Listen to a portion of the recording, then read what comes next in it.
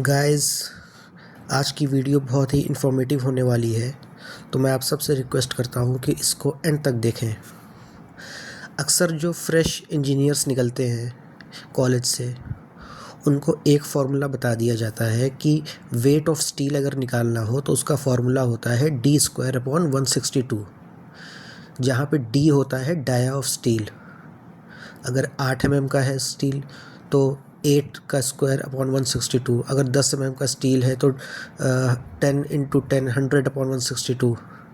तो जनरली उनको ये बता दिया जाता है कि ये वेट होता है स्टील का। 8 mm का 0.395 kg, 10 mm का 0.61 kg, 12 mm का 0.88 kg, 1 मीटर लेंथ का, एंड सो ऑन। बट अक्सर इंटरव्यू में ये क्वेश्चन पूछ लिया जाता है कि ये फार्मूला हमारा डिराइव कहाँ से हुआ।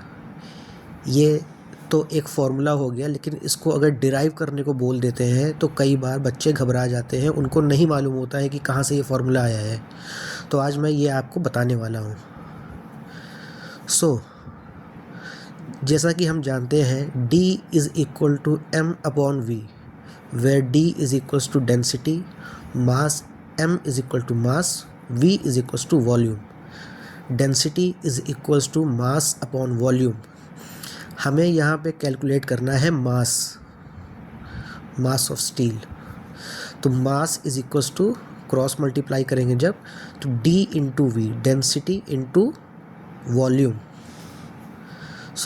डेंसिटी ऑफ स्टील ये हमको मालूम होनी चाहिए। अगर 1 मीटर लंबा सरिया है तो उसकी डेंसिटी होती है 7850 kg/m³। ये याद होना चाहिए हमें, डेंसिटी ऑफ स्टील। और V क्या होता है? V होती है वॉल्यूम। वॉल्यूम कैसे पता लगेगा? देखिए, स्टील कोई भी हो वो सिलेंड्रिकल शेप का होता है, ये, ठीक है। तो सिलेंडर का वॉल्यूम हमको पढ़ाया गया है πr²h। अगर नहीं मालूम कि कैसे आया है तो volume = surface area × height. Surface area हो गया ये सर्कल का एरिया होता है πr² × हाइट h। तो ये आ जाएगा volume of steel. Okay, where pi = 22/7, 3.14। Pi की वैल्यू 3.14 होती है।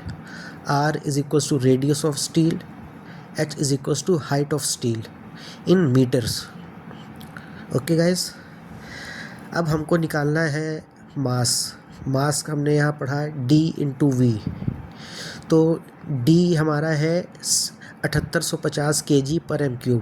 अब हमको 7850 को, क्योंकि हमारी रेडियस mm में है, तो हमको kg को भी ग्राम में कन्वर्ट करना होगा। 1 kg में 1000 ग्राम्स होते हैं, तो इसको कन्वर्ट करा हमने 7850 × 1000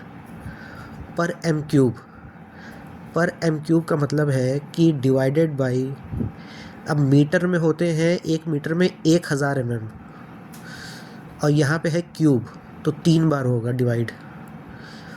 डिवाइडेड बाई 1000 × 1000 × 1000। 3 बार 1000 से ये डिवाइड होगा, क्योंकि यहाँ पे क्यूब है और 1 मीटर में 1000 mm होते हैं। तो ये आई होप आपको क्लियर हो गया होगा यहाँ तक। इनटू v, पाई को हमने ले लिया 3.14।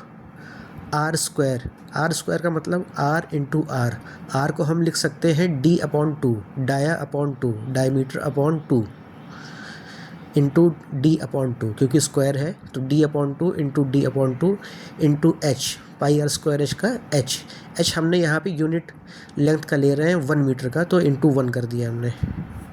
तो इसको जब हम कैलकुलेट करेंगे तो ये 1000 से ये 1000 कट गया, 7850 इंटू 3.14, ये आ जाएगा 24649 इंटू D² ये आ जाएगा, डिवाइडेड बाई 1000 इंटू 1000 और इंटू 4 2 × 2। सो इसको जब हम कैलकुलेट करेंगे तो ये हो जाएगा डी स्क्वायर इंटू 0.006162। अगर आपने फ्रैक्शन पढ़ा हुआ है तो आपको मालूम है कि इसको हम इस फिगर को इस तरह से भी लिख सकते हैं, डी स्क्वायर अपॉन 1/0.006162। इसको जब आप कैलकुलेट करेंगे तो ये आ जाएगा डी स्क्वायर अपॉन 162। तो मेरा ये मैसेज है जितने भी फ्रेश इंजीनियर्स निकल रहे हैं, इंटरव्यू से पहले ये कॉन्सेप्ट अपना ज़रूर क्लियर कर लें। अक्सर इंटरव्यू में ये पूछ लिया जाता है कि ये फार्मूला डिराइव कहाँ से हुआ। Thank you. हमारे चैनल को लाइक और सब्सक्राइब करें और इस वीडियो को जितना हो सके शेयर करें।